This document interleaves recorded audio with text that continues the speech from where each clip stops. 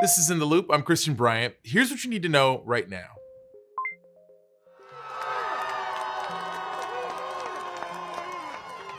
Just 10 hours after closing arguments, the 12-person jury in the Derek Chauvin trial found the former Minneapolis police officer guilty of all 3 charges levied against him, including second-degree unintentional murder, third-degree murder, and second-degree manslaughter, which is a rare outcome. Sentencing could happen in the next 8 weeks and could see Chauvin heading to prison for decades. Floyd's name became synonymous with the fight for racial justice after the video of his death went viral last year. Protesters took to the streets around the world chanting his name. We need true justice. That's not one case. That is a social transformation that says that nobody's beneath the law and no one is above it. This verdict is a step. It's a popping of the lock to be able to get to the place where we can open the door and really start to do the work to save lives. We've cried, many of us for decades, spent nights in jail. But today we can wipe our tears away and fight on for another day. There's sunlight. We're going to keep going. As the nation and the world react to this verdict, we're going to turn to Newsy's Jamal Andrus, who's on the ground in Minneapolis, to bring us the latest. Thanks, Christian. Well, as you can imagine, we have seen jubilation here on the ground in Minneapolis. The moment that the verdict was announced, there were people literally sobbing in the crowd. I spoke to one high school student who told me that she's been out here protesting for months, and this sort of release that comes from getting justice is exactly what she was looking for in this case. Another thing that I think is really important to mention is that just over my shoulder, we heard chants of 1 down, 3 more to go. So this crowd has not lost sight of the rest of the people that are going to go on trial. That's J. Alexander King, Tu Tao, and Thomas Lane. So a lot of people are calling this a first step, but not at all complete what they want to see done. For live coverage and analysis on this verdict and reactions, you can check out our sister network, Court TV, or your Newsy cable channel. For now, we'll keep it moving on the rest of today's top stories.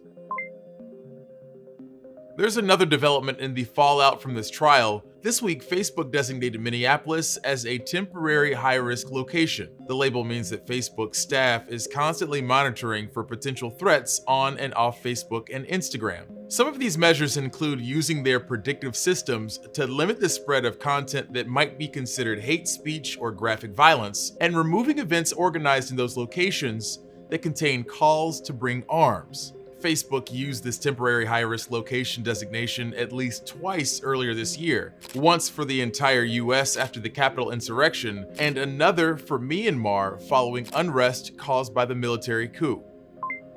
Today, lawmakers on Capitol Hill gathered for a Senate hearing with a pretty striking name: Jim Crow 2021, the latest assault on the right to vote. This comes as stricter voting laws are approved by conservative state legislatures across the country. For all of their differences in exactly how they suppress the vote, what these bills all share is that they are predicated on the big lie, that the outcome of our last elections were the result of fraud. In Georgia, Black faith leaders called for a boycott of Home Depot, as the company has refused to join other Georgia-based businesses in pushing back against the state's new voting law. This legislation, both in spirit and in the law, literally, was intended to suppress the vote of Black and brown people. Corporations and organizations have faced mounting pressure to speak out against the laws. Several, including Delta, Coca-Cola, CVS, Allstate, Major League Baseball, Ford, and GM, have voiced their opposition. On the federal level, the House has passed the For the People Act of 2021. It's a voting reform package that aims to lower barriers to voting through steps like automatic voter registration, but it hasn't yet been picked up in the Senate, where it faces an uphill climb to 60 votes. The European Medicines Agency will add a warning label to the Johnson & Johnson vaccine after it found a possible link to extremely rare blood clots. Still, those experts say J&J is worth using.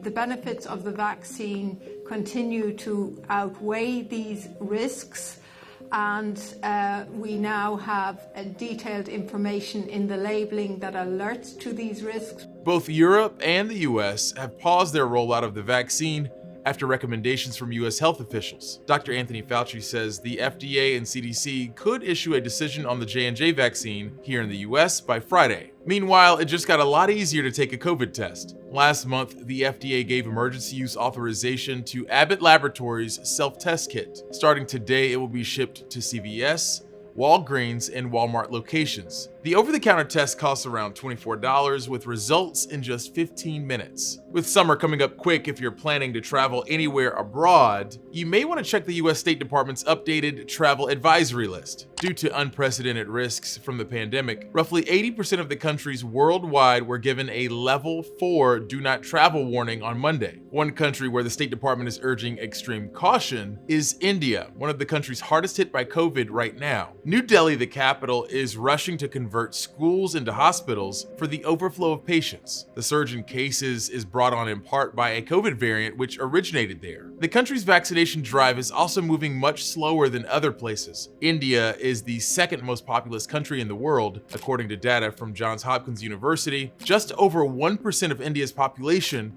has been fully vaccinated.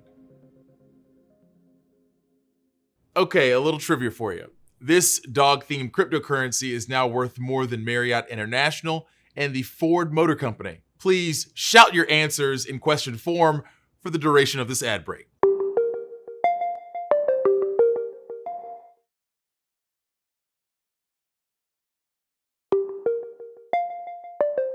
Y'all know what day it is? Doge Day. What'd you think I was gonna say? Anyway, here's what's trending. Cryptocurrency investors are leading an online push to rally the meme-based currency Dogecoin. Sorry if you were expecting a normal news day on 420. Dogecoin is a digital blockchain-based currency like Bitcoin or Ethereum. Its main feature is that it's named after this meme of a smiling Shiba Inu. The currency was minted in 2013 as kind of a joke, but has ballooned in value to a market capitalization of almost $50 billion. Dogecoin has been riding a rally recently. The currency soared from under 10 cents in value to over 40 cents this week. Investors are currently branding April 20th as Doge Day to try and push the coin's value even higher. If the rally keeps going, some holders could stand to make a fortune on Dogecoin, which could almost make up for having to admit to making a fortune on Dogecoin.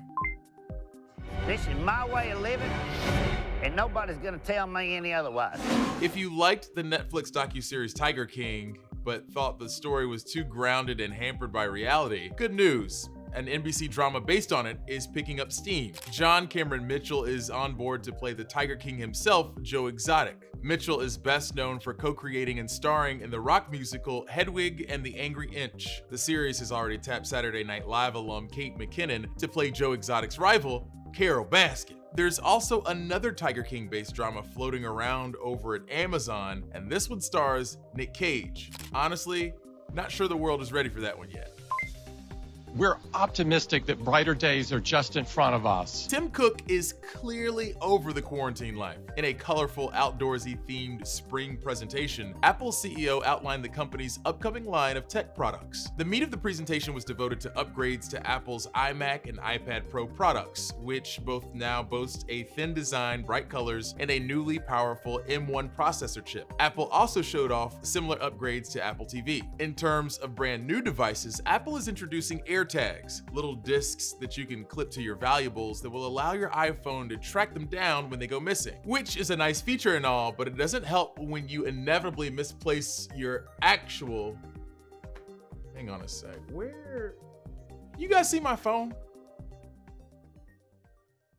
As much as film fans look forward to the Oscar ceremony, there's never a shortage of reasons for people to criticize the Academy. For example, many critics will tell you that while the Academy has made ostensible efforts to increase representation and inclusion, Hollywood seems to be fixated on a type of story from Black creatives. Stories about Black trauma. Newsy's Casey Mendoza tells us how Black artists have been pigeonholed into race-related films. A one, a two, a you know what to do. Reporters keep asking me, Billy, why you do the things you do? This year's Academy Awards features a record-breaking number of nominees for actors of color. But diversity in entertainment isn't just about the actors we see on screen. It's also about the stories they get to tell. I think there's still some exciting developments from the Oscars, but I think I think still a long way to go across the board. Both on-screen and off, Black talent is pigeonholed and funneled to race-related content, according to a study from the Blacklight Collective and McKinsey & Company Consulting Group.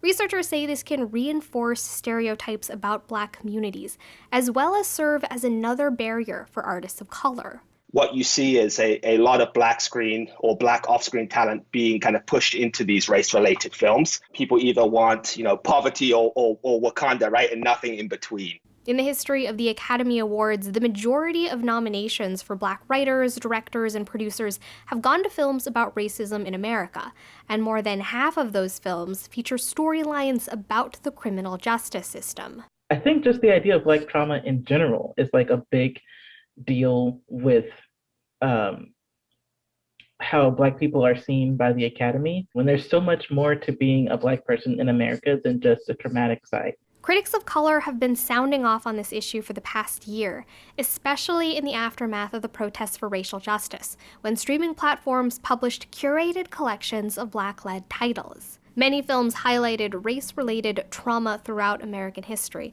and while critics saw those stories as important, contextualizing present-day issues of racism, the films also amplified real-life anxieties and fears. To get the constant barrage of news of Black men and Black women and Black children getting killed, and then you go to the movie theater and then you see more Black men and Black women and Black kids getting killed and tortured. It's just it's like a never-ending cycle. Some artists and advocates are working to change this. Actress and producer Marsai Martin has a no Black pain rule at her production studio, and Kristen Marston, the culture and entertainment advocacy director at Color of Change, told Newsy that the organization is calling on the industry to greenlight Black-led projects that depict a more expansive version of the Black experience. The more we start realizing that there is a way to talk about Blackness without always going to pain, the more that people will start trying to find these other avenues that showcase Blackness in an uplifting, powerful way. Casey Mendoza, Newsy, Chicago. If you'd like to see just how far Black pain will go during this year's Academy Awards, you can tune in Sunday, April 25th at 6:30 Eastern on ABC.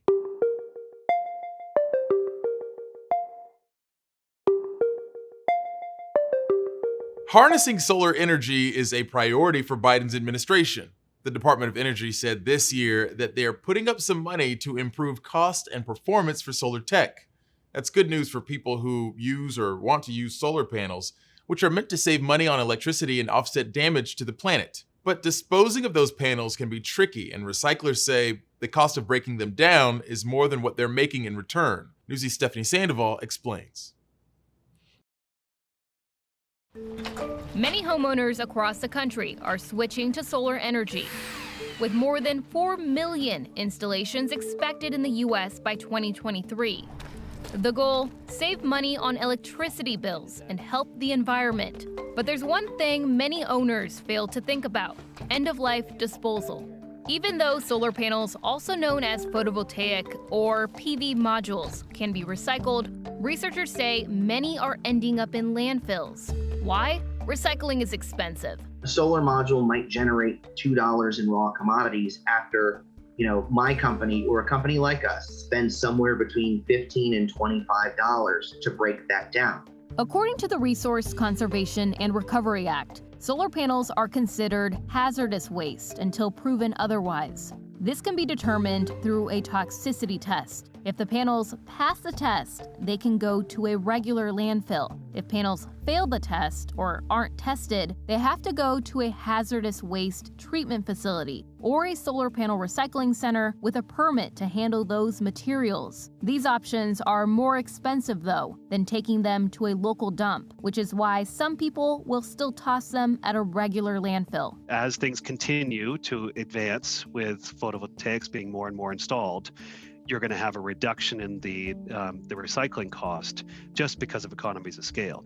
But until that happens, owners have to pay more to get the modules recycled. Heath says they don't want to see that material go to waste. We do want to recover those resources. We don't want to see them locked away in a landfill. The International Renewable Energy Agency projects that by 2050, the world could see up to 78 million metric tons of raw materials and other valuable parts from solar panels reaching end of life. If these valuable resources are put back into the economy, it could bring in more than $15 billion. In the European Union, solar panel manufacturers are required to recycle panels properly. There's nothing like that at the federal level in the US, so it's up to the states. In 2017, the state of Washington passed a law that will require solar panel manufacturers to recycle all modules sold after a certain date. I don't know that the responsibility should lay solely on the manufacturer or should lay solely on the consumer, but I do think, yes, there needs to be some kind of subsidy in place for this to really work. Stephanie Sandoval, Newsy. If you haven't done so already, feel free to give us a shout on Twitter using the hashtag NewsyInTheLoop. If you have done so already, then keep going. Those tweets fuel my ego, and I'm hungry.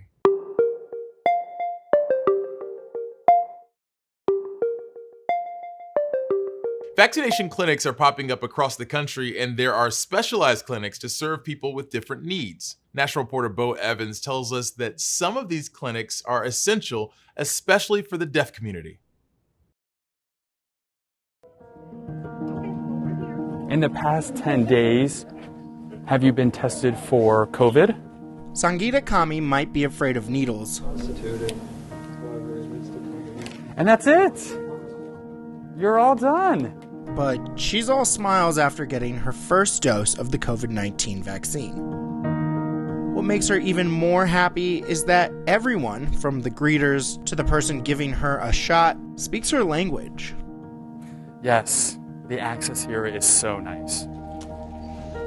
Okay, you can head on right on in to an available chair. This pop-up vaccine clinic in Rochester, New York is for the deaf. Deaf people who already have the vaccine have mentioned how frustrating it is to navigate that system. Donna Nelligan Barrett works with a group called Deaf Refugee Advocacy and is one of the clinic's organizers. Having accessible clinics for the deaf is a big deal everywhere, but especially in Rochester. We are the biggest deaf community in the world. That has a lot to do with the city being home to large colleges for the deaf. For Donna and the deaf community here, the need for accessibility in healthcare is evident. So having a deaf physician, having a deaf pharmacist, having a deaf nurse, having a deaf doctor can really provide direct communication. Oftentimes there can be miscommunications with an interpreter. Interpreters aren't bad, but there is the possibility of miscommunication. It is so incredible to be in America where you can have interpreters, especially here in Rochester. I mean, it is the best. This woman is originally from Puerto Rico and is taking advantage of the access by getting her shot. I am very excited. I'm relieved. I'm really happy to be vaccinated. Oh man. I want to be able to protect myself and the people around me. That's a sentiment most of us share, whether you're deaf or not. In Rochester, New York, with photojournalist Luis Ramirez, I'm Bo Evans reporting. Before we leave you tonight, one more quick dip into tonight's top story.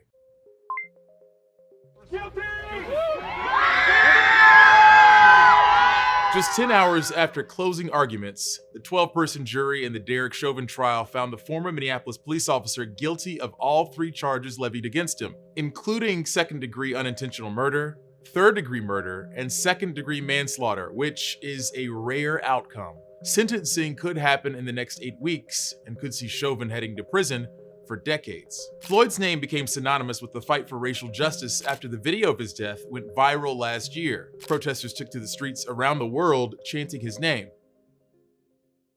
Stay tuned to Newsy for continuing coverage on this story. Until Until next time, I'm Christian Bryant, and this is In the Loop.